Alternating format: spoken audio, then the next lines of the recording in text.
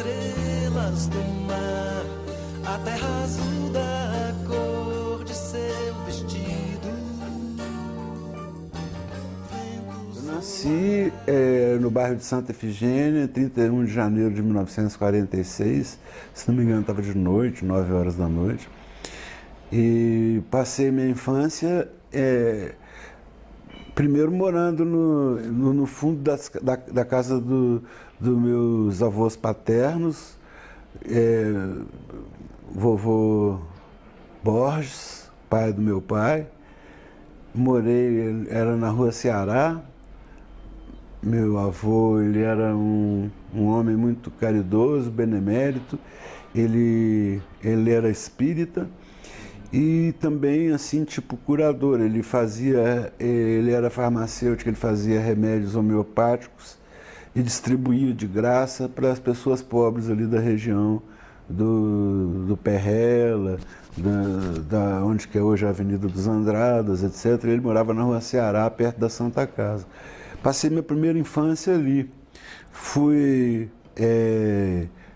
colega de infância do Betinho e do Enfio, que eles moravam em frente por conta da doença sanguínea que eles tinham, que era a hemofilia.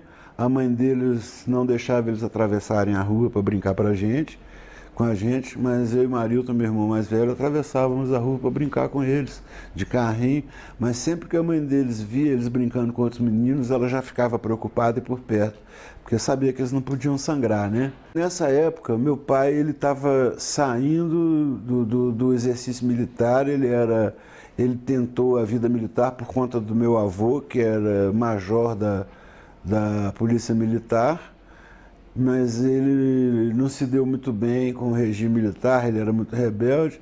Aí ele foi ser funcionário público, trabalhou muitos anos no Correio, depois foi ser jornalista, e como jornalista ele se formou, a maior parte da vida dele ele passou como jornalista. Ele foi jornalista dos Diários Associados, do Estado de Minas, Diário da Tarde, e chegou a ser presidente do Sindicato dos Jornalistas de Minas Gerais, por volta dos anos 70, 79, 1979, 80, não tenho certeza da data não. Mas ele chegou durante uns 2 ou 3 anos a ser presidente do Sindicato dos Jornalistas. Mamãe era professora primária. Meu pai e minha mãe, eles tiveram, como eles mesmos dizem, 11 filhos únicos, entende? Todos muito independentes, todos muito mimados, todos muito paparicados, e cada um tinha a sua autonomia. E eu não era fácil, porque eu tinha assim uma fascinação muito grande por aquele outro mundo meio proibido que estava ali no entorno, sabe? Que as mães não deixavam os filhos irem. As mães não deixavam os meninos ir para perto do rio. Então o lugar preferido meu era perto do rio. As mães não deixavam os meninos frequentarem uma favela que tinha margeando o Rio Arrudas, ali onde é hoje a Avenida dos Andradas. 4, 5 quarteirões lá de casa. Eu não fazia outra coisa, não vivia lá no meio dos meninos, preferia totalmente brincar com os meninos da favela do que os da minha rua, entende? Eu nasci no Santa Efigênia, eu nasci dentro do bairro, na Rua Coronel Fulgêncio, lá no miolo de Santa Efigênia. Depois a gente veio mais para os arredores do centro, Avenida Alfredo Balena, Rua Ceará, que é aquele lugar ali que hoje a gente chama de São Lucas, né? Perto da Praça Hugo Werneck, Santa Casa. Então eu passei uma grande parte da minha infância ali naquele pedaço. De lá nós fomos para Santa Teresa, morar de aluguel. E enquanto a gente morava de aluguel, meu pai e minha mãe construíram a casa na Rua Divinópolis, onde a gente se assentou definitivamente. Eu cresci e a minha vida em Santa Teresa, até tipo meus 16, 17 anos de idade. Eu era um menino de bairro. Quando chegou nessa época, a nossa casa, que era essa tal casa que meu pai construiu, que foi morar, que mora até hoje, ela começou a afundar. Por causa do terreno, o terreno não era muito sólido, ela teve que fazer umas injeções de cimento, teve que fazer umas obras de estrutura para a casa não ruir. Claro que nós tivemos que sair da casa, né? Para poder fazer essa construção. Nós então fomos morar de aluguel no edifício Levi, que era no centro da cidade. Entendeu? Enquanto a casa reconstruía.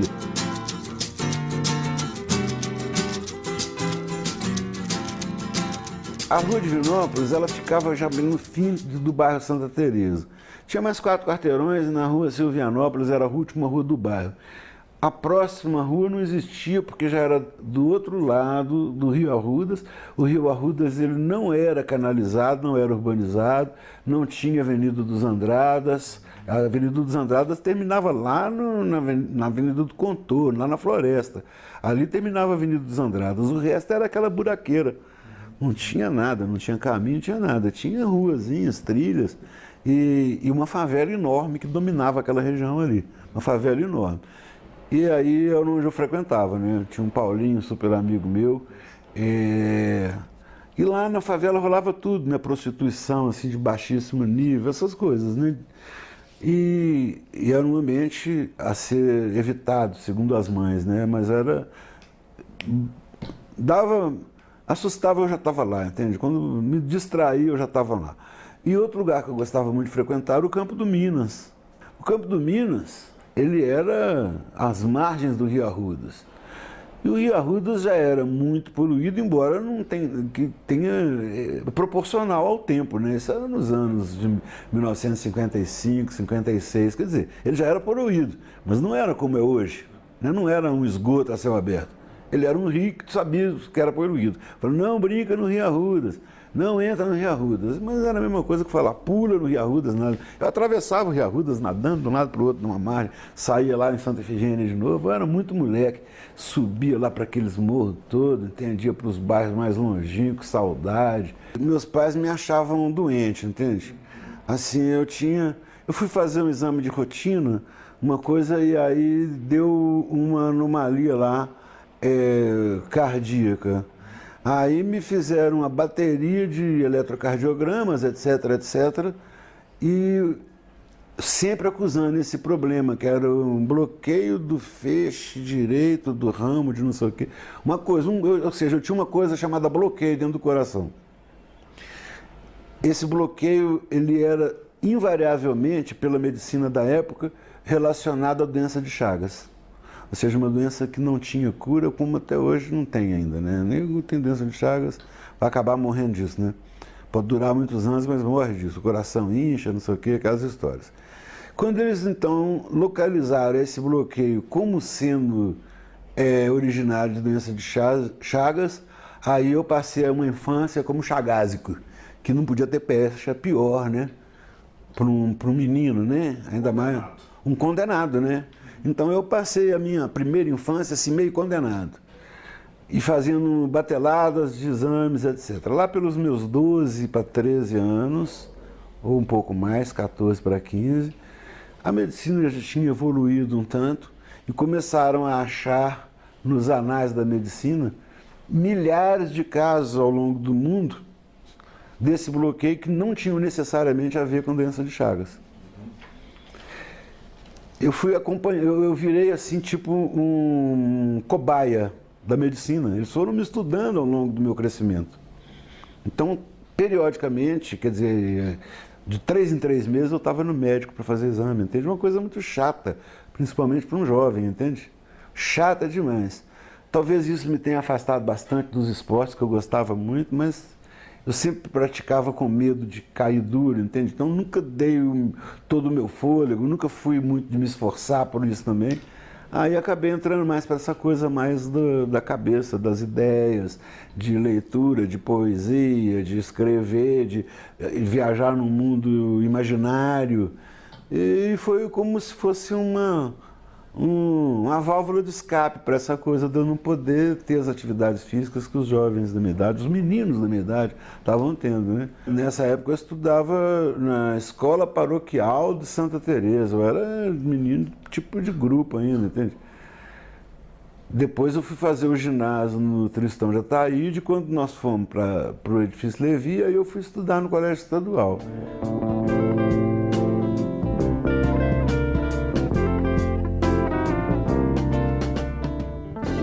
Levi é que começou realmente assim a parte determinante da minha vida, que deu um rumo para a minha vida.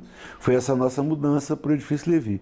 Porque quando nós mudamos para o Edifício Levi, eu mudei de universo. Eu saí de um universo suburbano, onde eu ficava lá brincando com os filhos dos ferroviários, dos funcionários públicos, e caí num meio intelectual, sofisticado, SEC, Centro de Estudo Cinematográfico. Os meus novos amigos me levavam para essas rodas, para fazer exame no estadual, para passar no estadual, para aprender literatura.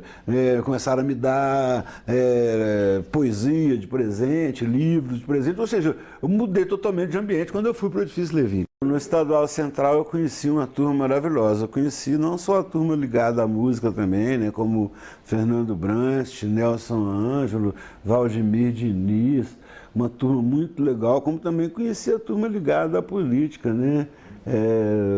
O Galeno, Dilma, foi minha colega no estadual, a gente era amigo, não dava de turma para baixo para cima. A Dilma, ela era muito bem-humorada, ela não tinha nada dessa fama de falar, ela é brava, nada, era uma menina engraçadíssima, a gente chorava de rir, era uma turma de jovens, né? Jovem, quando está em turma, está sempre às gargalhadas, né? Sempre aquela coisa típica, né? E a gente era daquele jeito, como é até hoje, qualquer juventude, entende?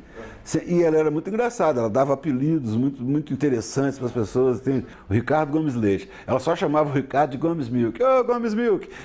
E eu era o Marcinho Godard, entende? Assim ela tinha um para cada um. O Carlinhos era o Carlinhos Flexível, que era uma juventude muito aguerrida e muito preocupada com os destinos do Brasil, né? Isso era uma coisa que aquela geração do colégio estadual tinha em comum, né? E por outro lado, eu descobri o que eu queria, né? Falei assim, eu quero é isso, sabe? Eu não quero ficar de bobeira em Santa Teresa jogando sinuca com meus companheiros de bairro. Eu quero fazer alguma coisa que possa transformar o mundo. E eu era Marcinho Godard por causa da minha adoração pelo cinema, né? Não necessariamente pela novela Wagner, mas eu gostava muito do Godard, então me chamaram assim mais de provocação mesmo, mas eu gostava do cinema de uma forma geral. Eu era muito cinéfilo, fui apresentado a esse universo assim, de estudar cinema, que na nossa época era o Centro de Estudos Cinematográficos, né? O SEC, pessoas interessantíssimas, uma geração maravilhosa que eu conheci no SEC. Eu fui levado ao SEC pela primeira vez pelo Sérvulo Siqueira, que era um coleguinha meu, amigo novo do Edifício Levi, morador do Edifício Levi também.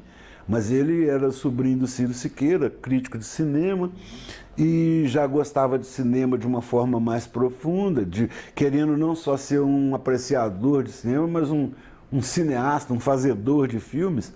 Aí ele foi me influenciando muito, que eu entrei numa de que eu queria, aquilo que eu queria fazer também, eu queria era fazer cinema. Eu queria fazer cinema e comecei a investir tudo nessa coisa de fazer cinema. Aí insisti muito com meu pai comprou uma câmera Paiar Bolex e me deu a câmera de presente, eu saí à luta, juntava meus tostões para comprar negativo e saí fazendo filme experimental. Aí fiz um filme chamado Joãozinho Maria, que ganhou o prêmio no Festival JB Mesbla, depois foi levado naquela época, em 67, depois foi levado para o Festival da Juventude, na Exposição Mundial da Juventude do Canadá, que teve aquele ano. Aí o filme ele teve uma carreira assim, de prêmios. E como a época estava assim, pré-AI-5, era uma época muito dura assim, politicamente, os órgãos de repressão, dizem que foi o DOPS, eu não sei quem foi, mas algum órgão de repressão, polícia secreta do Exército, não sei quem foi. Eu sei que invadiram os escritórios, que eram 2 salas que a gente tinha conjugadas, do SEC, que eram lá no edifício Maleta, um 13º, 14º andar do Maleta, uma coisa assim. Esses órgãos de repressão foram lá, empastelaram tudo, levaram tudo, e nisso foram as únicas e últimas provas da existência desse filme.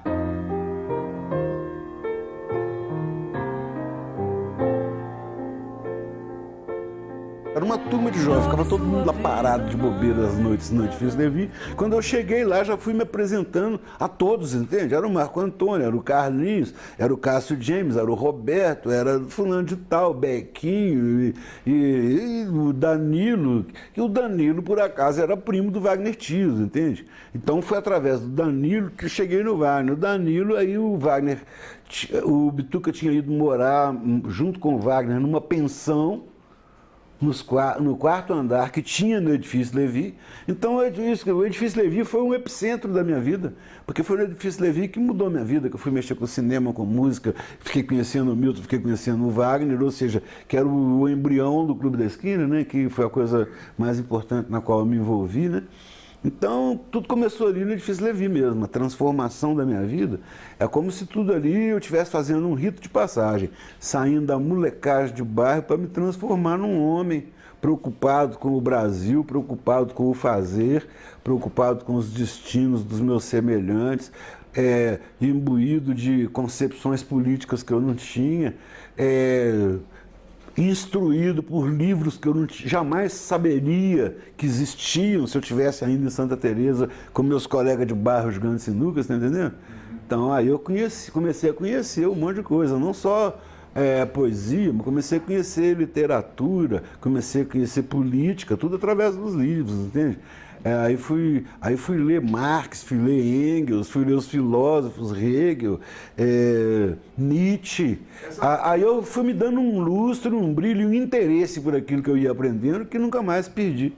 Dentre esses amigos novos que eu fiz no Edifício Levi, alguns deles, o Dixon, o Carlinhos Flexível, o Galeno, a própria Dilma, eles estavam envolvidos, como estudantes que eram, eles estavam envolvidos no desenvolvimento de aparelhos clandestinos para promover ações de resistência física e concreta à ditadura. Ou seja, era uma juventude que estava afim de sair do protesto, das passeatas, da boca no trombone, para ir às vias de fato, como foram, né?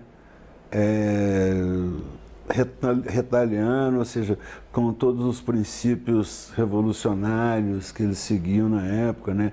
As cartilhas que eram seguidas na época, né? Vindas de outras experiências de revolução popular, né? Experiências da Rússia, da União Soviética, experiências da China, experiências de Cuba, experiências do leste europeu. Então essas experiências refletiam muito na nossa juventude, né? Daqui do Brasil, como alternativas de se derrubar uma ditadura, né? Eram alternativas que, segundo as avaliações de força na época, eram viáveis. A história provou que eram totalmente inviáveis, mas pela parca condição de análise que essa juventude tinha na época, da qual eu fazia parte, a gente achava que era viável. Então essas pessoas que achavam que era viável, colocavam a própria vida à disposição dessa causa.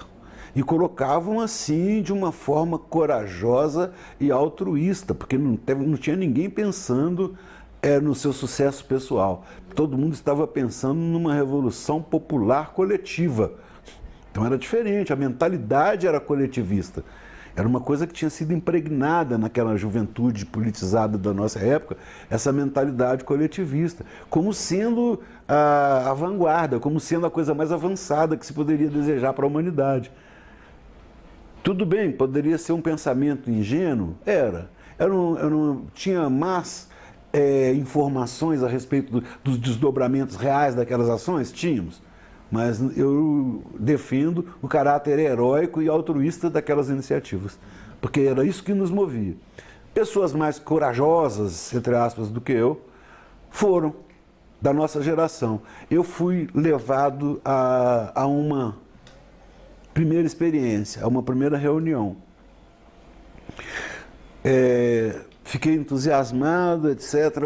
Um pouco, essa reunião aconteceu nesse local que se chamava... Era um bar muito improvisado,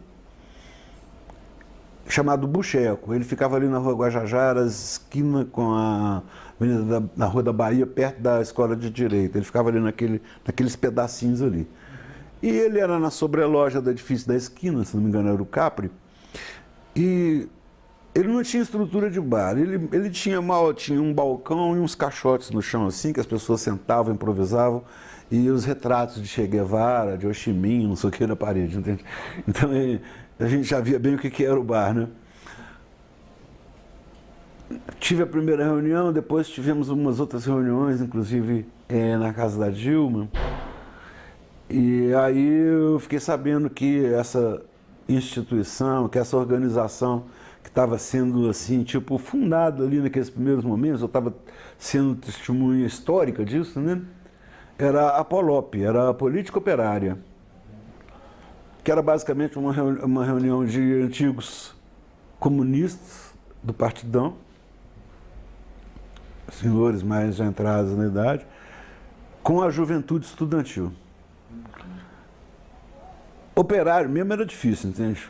A gente custou achar um operário para entrar na turma. Aquela coisa muito ingênua, muito heróica, mas que tinha uma seriedade absoluta naquela levada.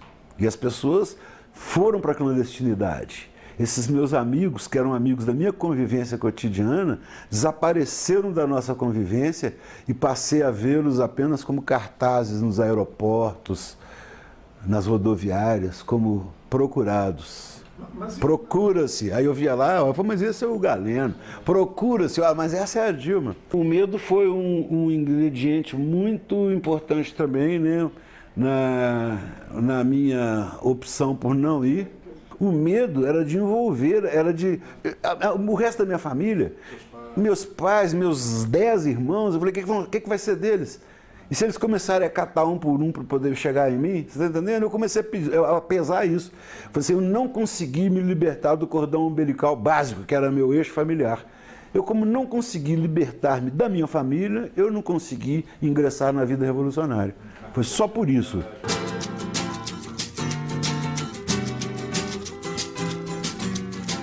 Essa parceria nasceu, antes de tudo, por uma grande afinidade, né? A gente foi tendo, assim, uma admiração mútua muito grande. Eu envolvido nesse universo estudantil, com esse pé na clandestinidade, e o Bituca com todo um projeto de ascensão pessoal, de fazer sucesso, de ganhar a vida como artista, que era o que ele queria. Então, isso quando nós nos conhecemos, chocou um pouco.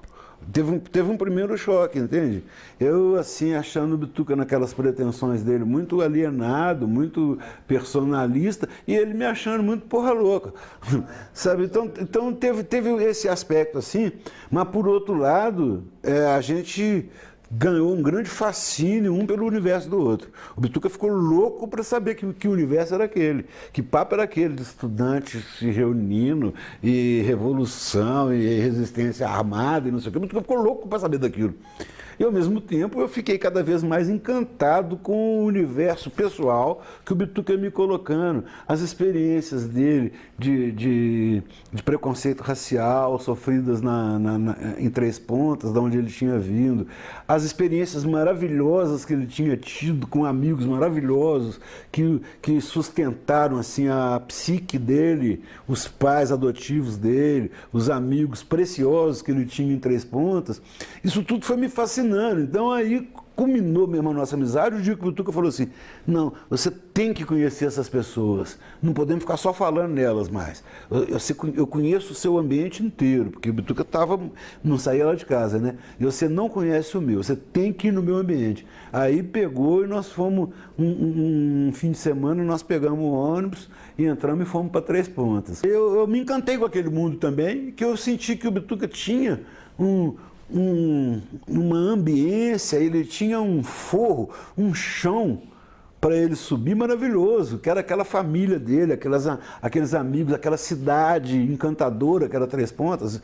Aí Quando eu fui a Três Pontas, aí o Bituca me levou para a casa dele, a mãe dele, a adotiva, a dona Lília, me tratou igual se eu fosse um filho também, fazia biscoitinho de nata, me levava de noite na cama pra gente. Aí eu não queria nunca mais ir embora de Três Pontas, entende? Aí eu senti que minha amizade com o Bituca tinha virado uma coisa assim, que nós éramos realmente o melhor amigo um do outro. Aí a gente era mais do que irmão, entende? A gente era o melhor amigo. E foi nessa época da nossa grudação, assim, que nós começamos a discriminar a galera do edifício. Primeiro, antes deles nos discriminarem, nós discriminamos eles. A bem da verdade, entende?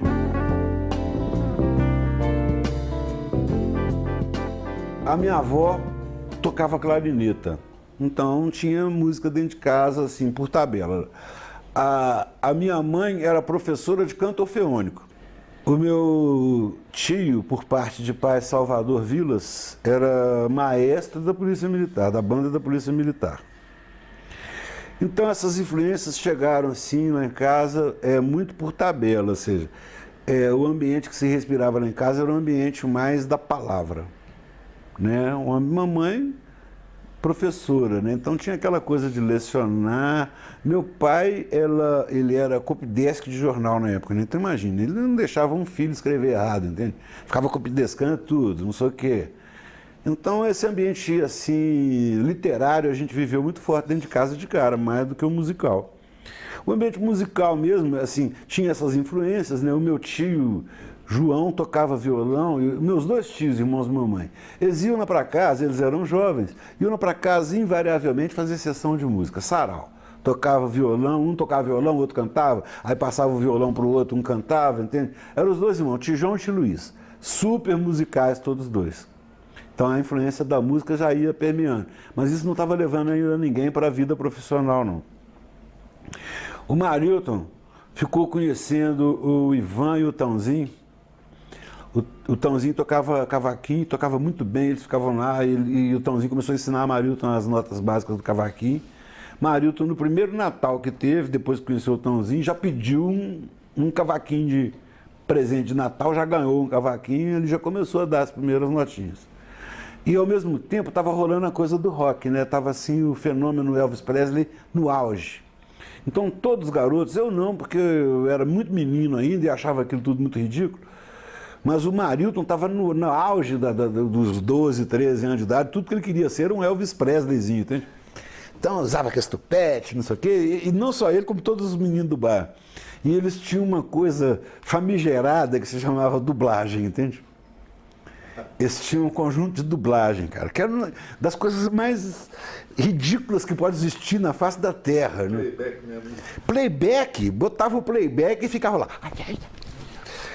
E assim de gatinha, de menino, de não sei o quê, a hora dançante no Clube dos 50. Chovia de gente para ouvir Clube dos 50, para ouvir Johnny Restivo, Elvis Presley, não sei o quê, e ver Marilton e Ivan dublando, cara. Quer dizer, era ridículo demais pro meu gosto, mas era muito ridículo, mas era música, né? Então Marilton é que foi trazer, e eu ia. Porque eu achava ridículo, mas tinha uma fascinação, né? Era aquela bagunça, aquela juventude, os meninos dançando, jogando uns por cima do outro, rock, né? Aí eu falei, isso é legal. Aí a música foi entrando devagarinho. Marilton não, Marilton pegou essa experiência e falou, é isso que eu quero mexer na minha vida, e foi. Aí de dublador ele foi ser tocador de cavaquinho, daí a pouco já fez um regional não sei com quem, daqui a pouco nós mudamos para o Edifício Levi, a primeira coisa que ele fez no Edifício Levi foi fazer um conjunto vocal com o Wagner Tiso, com era Marilton, Wagner Tiso, Marcelo Ferrari e o Bituca. Fizeram de cara o Evolu Samba, e aí começaram a fazer baile, Marilton era crooner. Marilton, na verdade, ele era o crooner, o Bituca era o contrabaixista e o Marilton que era o crooner. Marilton que era considerado o cantor, entende? E não o Bituca. O Bituca era o tal voz de taquara rachada, né? A voz dele é muito personalizada demais, ninguém acostuma com essa voz, não sei o quê. Tinha na época, os chefes de conjunto, assim, de baile, não gostavam do Bituca para cantar música de baile, não, porque achava que aparecia demais, né? A taquara rachada era um modo de gozação dos próprios músicos falar, entende? É porque ele alcançava tons muito altos, era por isso. Na verdade, era uma qualidade dele.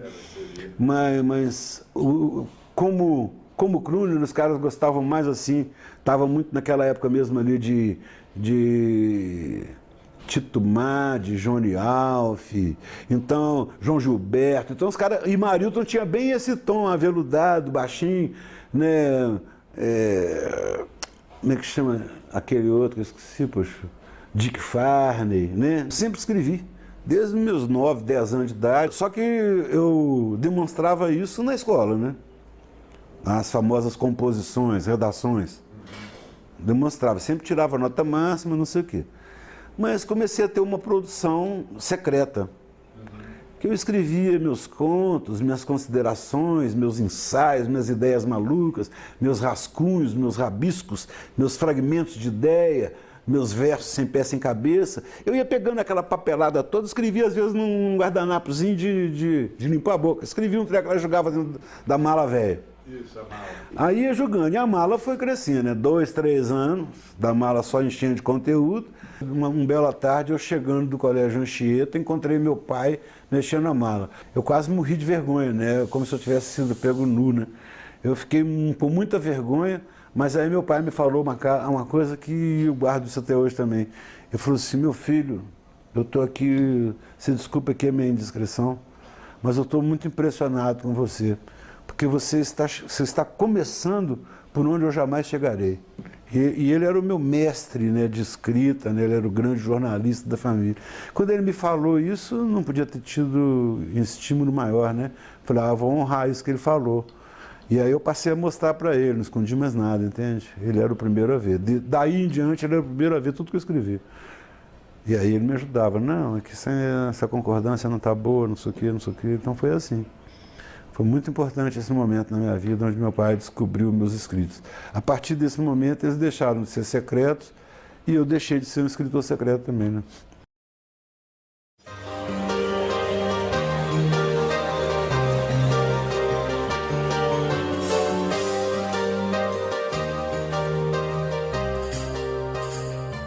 O Bituca, então, estava nessa vida de crooner, nem era crooner, de contrabaixista, né? Como eu já disse, ele não vingava muito como crooner.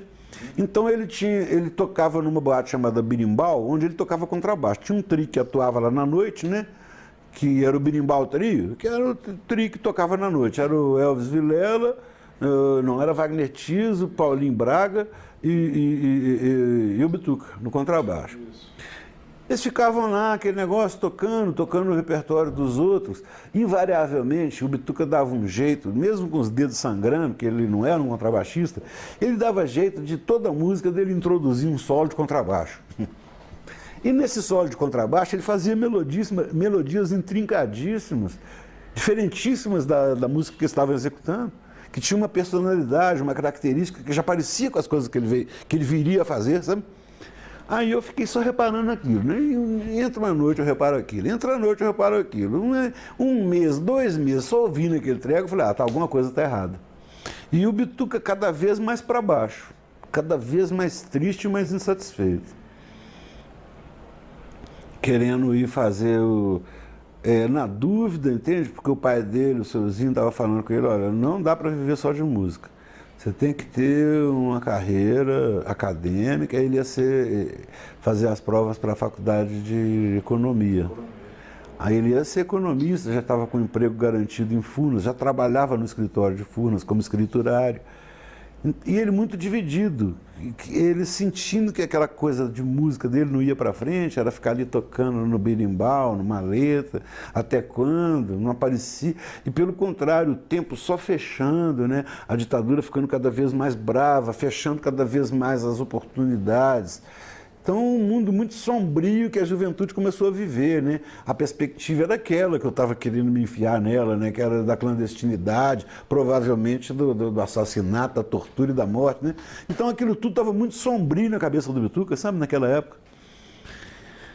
E aí eu chamei ele no intervalo de um set, né? Eu chamei ele lá para fora, para a varanda eu falei, Bituca, o que está acontecendo com você? Ele falou, nada. Eu falei, não, tá assim, cara.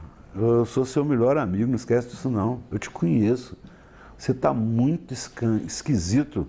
Ele falou, não estou me sentindo, não. Eu falei, não, você está triste, está infeliz, cara. Eu olho para sua cara, eu vejo que você não está feliz. E eu sei por que você não está feliz. É porque você não está criando, você só está copiando, você não está criando, você só está fazendo coisa dos outros. Eu nessa época eu era muito inflamado com esse discurso da originalidade, de ter que fazer, que a gente tinha que pegar o mundo na nossa mão, transformar. Eu julguei essa conversa em cima do Bituca, entende? É isso que está te faltando, cara, é por isso que você está infeliz. E ele matutou aquilo comigo e não sei o quê, e nós fomos, eu fiquei esperando terminar a sessão, e nós fomos a pé para casa, para o edifício Levi, né? Fomos nós dois caminhando a pé pela madrugada, né? Do Maleta até o Levi, e eu continuei essa conversa com ele, entendi? Nós fomos aprofundando nisso. E aí nós fizemos um pacto, tipo um pacto naquela noite, de que nós iríamos fazer coisa, que a gente não ia se conformar, que a gente ia colocar nossa vida à disposição desse ímpeto criativo. Coisa assim, né? O Bituca com 21 anos de idade ou com 18, quer dizer, coisa de menino mesmo. Aquelas promessas de mudar o mundo, de não sei o que, coisa pra gente se motivar, inclusive, né? Aí, essa conversa ficou. Aí, um belo dia, entrou em cartaz um filme chamado Gil e Zequim. Eu já tinha visto o filme na pré-estreia, promovida pelo SEC. Meses antes de entrar em cartaz, eu já tinha visto. E tinha falado com o Bituca, falou, Bituca, quando entrar em cartaz, você tem que ver de qualquer maneira, que é um filme genial. Só vi uma vez, tô doido para rever. Aí entrou em cartaz, eu peguei o Bituca pela mão e fomos ver.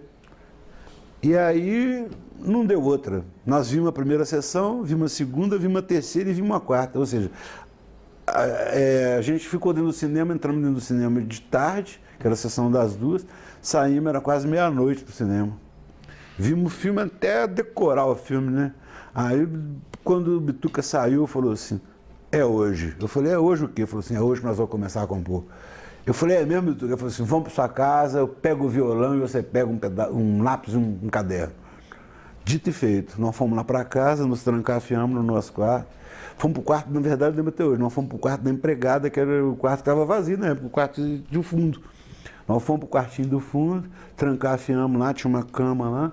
Sentamos na cama e a Bituca começou a tirar do zero pra entrar,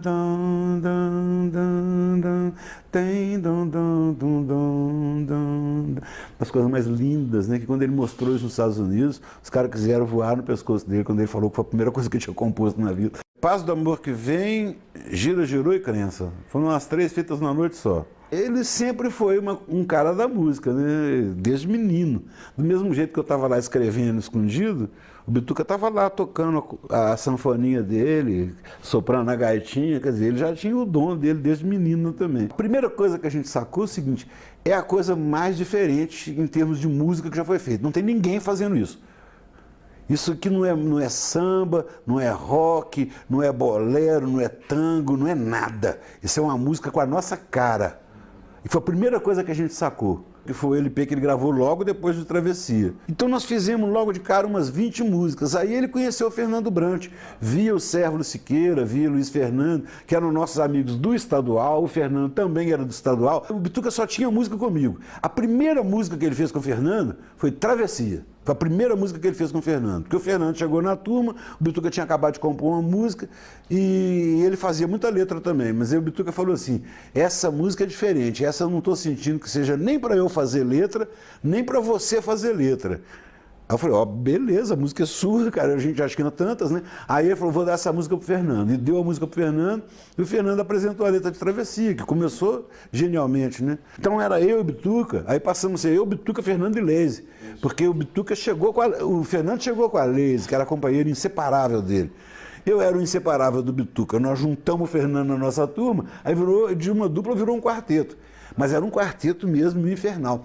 Toda santa tarde a gente se encontrava. Saímos, eu e o Bituca, íamos lá para o fórum, ali na Rua Goiás, onde o Fernando e a Leise trabalhavam no fórum. O Fernando, todos os dois trabalhavam lá, não sei o que eles faziam lá direito, não. Tanto que o Fernando depois foi ser advogado, não sei o quê. Mas eles trabalhavam no fórum. A gente ia lá no fórum, pegava os dois e saía para o famoso happy hour, né? Logo depois que a gente fez aquele monte de música, que ele estava com um equipamento assim, sonoro, eu diria, legal, né? Uma bagagem musical forte, 15 músicas, 14 músicas porretíssimas, entre as que eu tinha feito com ele, entre as que ele tinha feito sozinho. mais Travessia, mais Sentinela, que ele já tinha feito umas 2 com o Fernando. Ele estava com um arsenal assim, de umas 20 músicas. Quem diria que hoje ela só mais de 1000, né? Mas eram umas 20 músicas poderosas. Aí ele falou, agora eu vou para São Paulo. Aí ele foi tentar a vida em São Paulo. Sonhei que era tempo de reencontrar. Eu estava concorrendo ao festival também.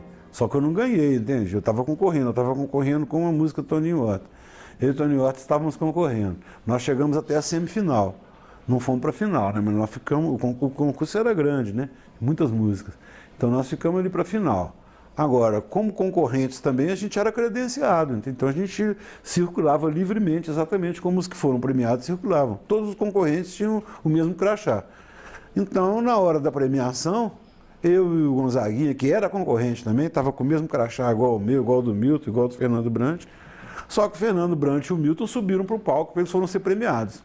E eu e o Gonzaguinha ficamos embaixo do palco, muito emocionados, né? Abraçados juntos e chorando de emoção, porque o grande vencedor do festival tinha sido realmente o Milton, né? Apesar do Guarabira ter ganho com Margarida, o grande fenômeno assim, que apareceu mesmo foi o Milton, né? Então nós todos estávamos muito alegres, emocionados e chorando. Sonhei outro mundo, meu amor, e a paz. Aí, quando o Bituca foi para São Paulo, a gente saiu do Levi.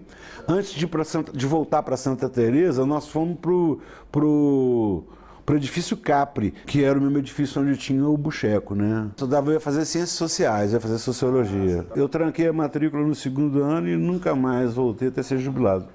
Que aí eu fui mexer com música direto, né? Eu falei, agora não quero estudar mais, já foi. Não quero mais estudar, não quero mais participar do movimento estudantil, agora eu quero música. Aí nós voltamos para casa. E nessa volta para casa, a gente trouxe para Santa Teresa todo mundo que a gente tinha conhecido no Levi.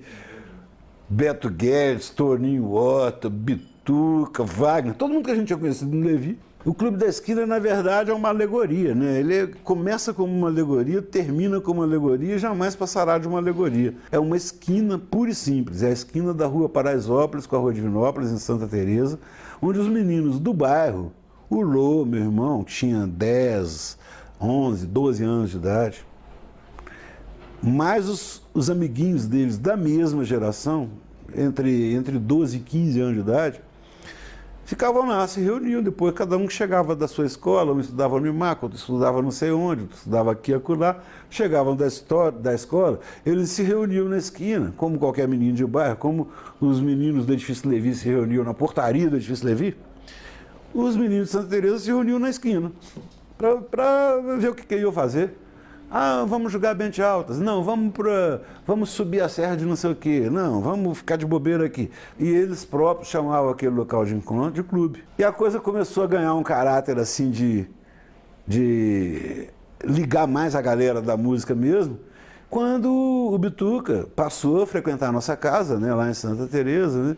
E ele chegou lá em Santa Teresa um dia, não tinha ninguém em casa, a casa escancarada e ninguém dentro de casa, né? Eu falei assim, a casa é a cara dos Borges, né? A casa escancarada, a porta da frente, e nenhuma alma. Ele saiu entrando de quarto por quarto, ninguém dentro de casa. Aí ele saiu, quando ele estava saindo de casa, estava o Lô chegando, entende? Estava o Lô chegando, aí ele falou assim, pô, como é que vocês largam a casa aberta? Porque, cadê o Marcinho? O Marcinho está na aula ainda, não foi não. Então assim, vou ali que eu vou tomar uma batida de limão no bar que tinha lá perto. Aí o Lô foi acompanhando ele. Aí ele falou assim, ó, uma batida de limão, um guaraná para esse menino. Aí o Bituca falou assim, não, eu quero uma batida de limão também. Ele falou, mas não vai comigo que você não toma batida de limão de jeito nenhum. Ele falou assim, bicho, eu vou tomar uma batida de limão, que eu não preciso de você para me dizer que eu não vou tomar. Aí o Bituca olhou para ele, isso o Bituca que conta, né? Que olhou para ele e sacou que ele não era um menino mais. Falou, nossa, Lô, então toma sua batida aí. Aí o Lô tomou a batida, ficou um pouquinho de porre, que ele não bebia nada, né? Eu acho que foi a primeira vez que ele bebeu alguma coisa. Aí ele virou para você, pois é, pô, eu gosto muito de vocês, mas vocês não gostam de mim. Aí já começa aquele papo tipo de bêbado, né? Aí o Bituca falou, o que é isso que você está falando, menino? Quem não gosta de você, o quê? Ele falou, não, porque vocês saem, vão para os lugares, você e Marcinho, você e Marilton, vocês vão para os shows, vão para os bar, vão para não sei o quê, e não me convidam. A Bituca virou para ele e falou assim, bicho, mas até hoje, para mim, você era um menino. Agora que você não é um menino mais, eu vou passar a te convidar. Aí o primeiro convite que ele fez para o Lô, vamos fazer um disco junto. Eles fizeram o Clube da Esquina, né? Aí eu fiz a letra, etc. Aí o Lô começou a compor, tinha poucas músicas, mas ele tinha umas 3 ou 4 músicas. Aí o Bituca chamou o Lô para ir para o Rio gravar o Clube da Esquina com ele, né? O Lô tinha acabado de fazer 18 anos. E basicamente nós tínhamos a ideia de que a gente tinha que fazer uma obra com unidade, muito baseado nas experiências assim, dos discos dos Beatles, né? do Sgt. Peppers, que foi uma revolução para nossos ouvidos. Ouvimos da música brasileira, né? De Ângela Maria, Dorival Caymmi, passando por Luiz Gonzaga, Bossa Nova, Jobim, Johnny Alf, Dick Farney, Tito Maddi, passando pelo jazz, a gente escutava todos, do cool jazz ao bebop, entende? A gente escutava de tudo mesmo, sabe? A gente escutava de tudo. Na música latino-americana, a gente escutava Silvio Rodrigo, Mercedes Sosa e Violeta Parra, e de tudo que caía. Música brega também chegava, a gente via Jovem Guarda, Roberto Carlos, ninguém tinha preconceito com nada, entende? Tropicália, nós éramos absolutamente fãs e apaixonados com a Tropicália. E o Gil é que despertou o Caetano. O Caetano conta isso, falou até no meu prefácio de livro, e ele conta isso pessoalmente para mim, que o Gil é que mostrou para ele, que até então a gente estava fazendo, ele tinha conhecimento, que era uma coisa que não dava para passar batido. Mas ele tinha delimitado a nossa criação a uma coisa assim, tipo do Lobo, entendeu? Explorando um pouco o ramo nordestino da música popular, estilizando o nordestino, a laia do Lobo, com arrastão, com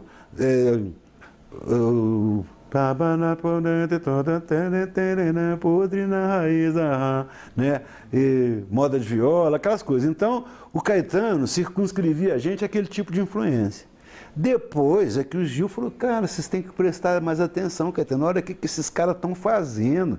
Eles estão ligados nas mesmas coisas que a gente. Aí é que o Caetano passou a prestar atenção e começou a identificar na nossa música a guitarra, o rock, a música latino-americana, a música indígena, tudo aquilo que eles estavam procurando, o brega. Ele começou a achar tudo aquilo na nossa música.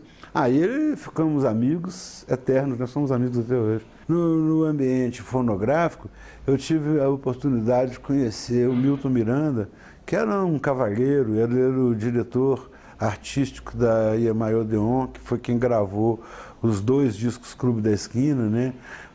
Por grande influência do Adail Rocha, que era o diretor musical, que convenceu o diretor artístico a gravar, convencendo que a gente era uma turma de jovens, tudo bem, cabeludos, tudo bem, com essa aparência de hippie, tudo bem, mas são sérios, são ótimos músicos, vão fazer um trabalho genial, como a história provou que fizemos, né? Agora, graças muito à interferência, né, à intercessão do Adail Rocha, que foi lá, convenceu o Merck, convenceu a diretoria inteira da Odeon de que a gente merecia esse crédito. Segundo o Bituca, essa é a segunda grande intercessão do Adail Lessa em prol da música, né? Que diz que a primeira, ele fez a mesma coisa com a Bossa Nova. Aí o pessoal queria gravar lá, Jobim, João Gilberto, não sei o quê, aí a diretoria, não, mas isso não vende, isso não é comercial, não sei o quê.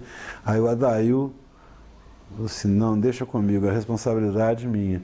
Pegou um horário noturno, arregimentou uma orquestra que ele pagou do próprio bolso para não onerar a fábrica, e botou a orquestra do próprio bolso dentro do estúdio da Odeon, e ali foi gravado simplesmente o Chega de Saudade.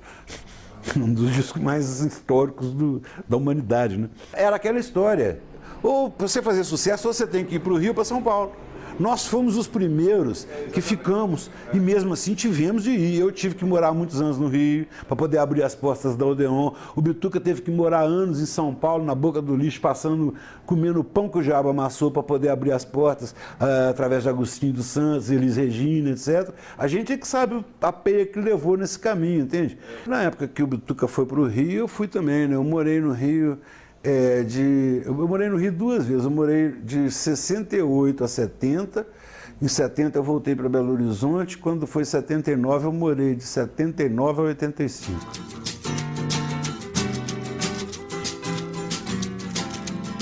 Depois do Clube da Esquina, do disco Clube da Esquina, os artistas do Clube da Esquina só fizeram florescer, né? No Clube da Esquina, por exemplo, o Beto era um menino tocando um instrumentinho lá no canto. Ele saiu dali e fez uma obra musical vastíssima, extensa, que tem mais de 10 LPs gravados, onde o Clube da Esquina ficou lá atrás. Depois do Clube da Esquina ele já gravou mais de 10, cada um mais significativo, mais bonito, mais importante do que o outro. O Lô Borges, a mesma coisa. No mesmo ano que ele gravou o Clube da Esquina, ele gravou um disco antológico, que é considerado um disco cult, né, que todo mundo quer ter e ninguém mais acha, que é o disco do tênis, o famosíssimo disco do tênis. Flávio Venturini, a mesma coisa. Eu, depois do Clube da Esquina, já fui morar na Europa, já tive uma vida totalmente... Aí sim, eu fui morar na Europa de direito autoral, fui atrás dos meus direitos autorais.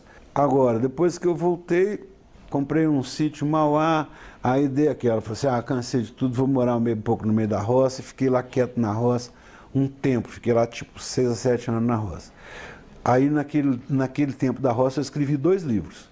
Eu escrevi um livro que era Os Sonhos Não Envelhecem, o livro sobre o Clube da Esquina, e escrevi um outro livro de ficção também, que é quase uma ficção científica, mas um livro para adolescentes, um livro que eu escrevi que acabou entrando nesse plano da biblioteca escolar, etc. Entende? Aí eu escrevi um livro, chama Os Sete Falcões, umas histórias assim, baseadas nas minhas aventuras de menino, que eu acabei de contar um bocado delas. Eu escrevi isso e publiquei esse livro.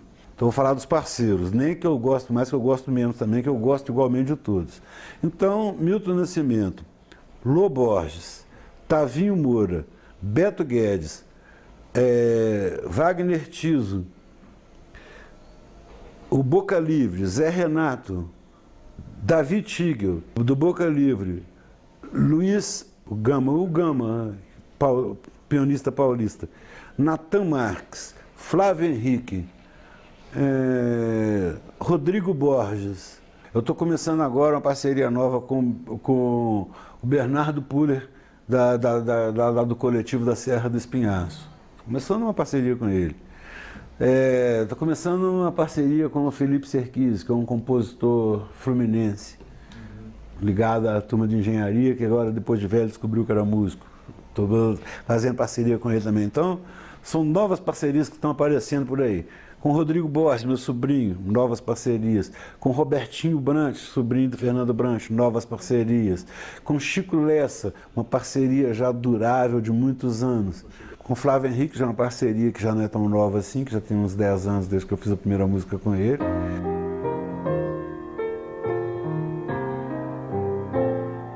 Eu já fiz muitas palestras a respeito dessa coisa, dessa dicotomia possível ou impossível ou não existente entre poeta e letrista. Eu acho que são termos muito restritivos todos dois e que se aplicam também muito bem a cada situação.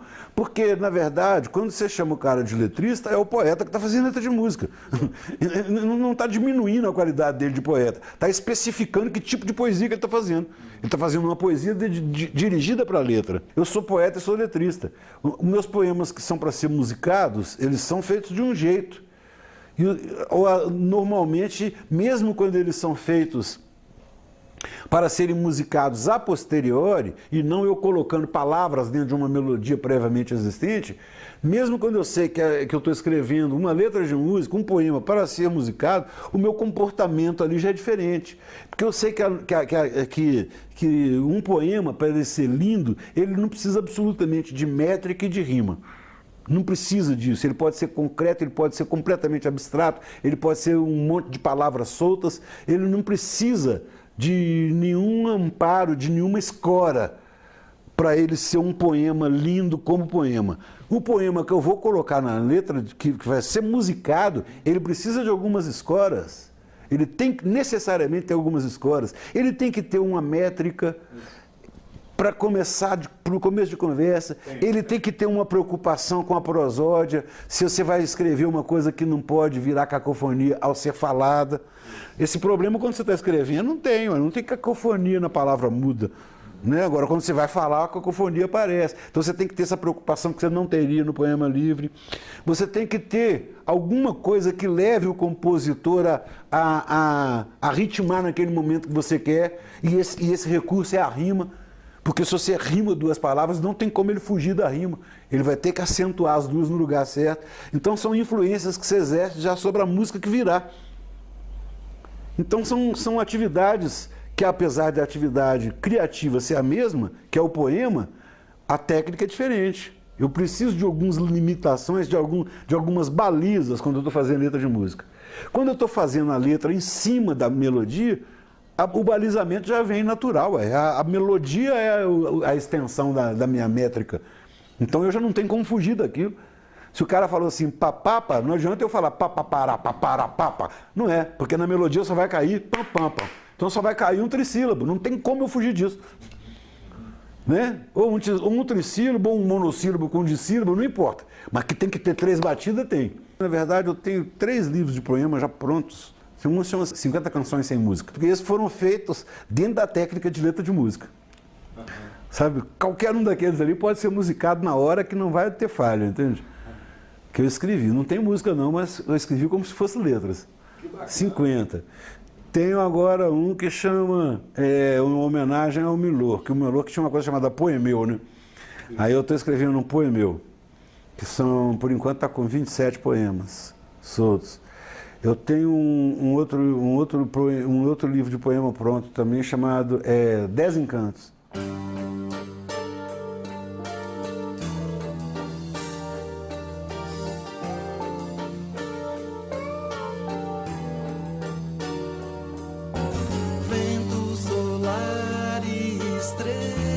Do mar, a terra azul da cor de seu vestido,